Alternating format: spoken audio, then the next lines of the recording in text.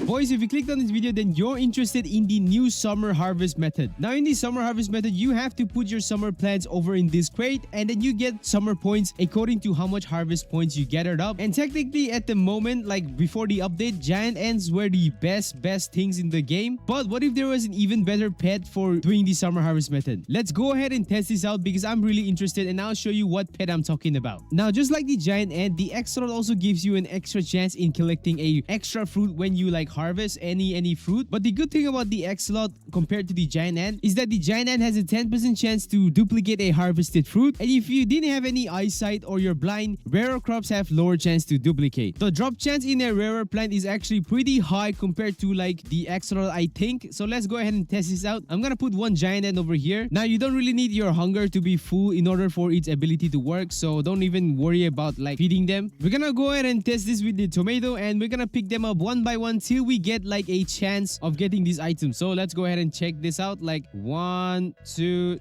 3, 4, 5. I got a tomato at 5. That's purely luck. So let's go ahead again. 1, 2, 3, 4, 5, 6, 7, 8, 9, 10, 11, 12. That took me 12 now, so that was like almost twice. 2, 3, 4, 5, 6. That took me 6 again, so that's like a 6 out of 10 tries. So like yeah, that's actually a pretty good number. Let's go ahead and pick our giant ant up because we don't need it anymore, and put our axolotl on the garden. Now axolotl has a flat 6% chance, so this is a flat 6% chance. It doesn't really matter if it's a rare fruit or a super rare fruit. So let's go ahead and test this out. 1, 2, 3. So that took me 3 tries, and the tomato planted by itself. For the axolotl, it actually plants the tomato again after you picked it up. So let's go ahead and try this out again. 1, 2, 3, 13, 14, 15, 16. It took me 16 tries. It took me 16 tries to like substitute a sugar apple. But it's only one pet, so it doesn't really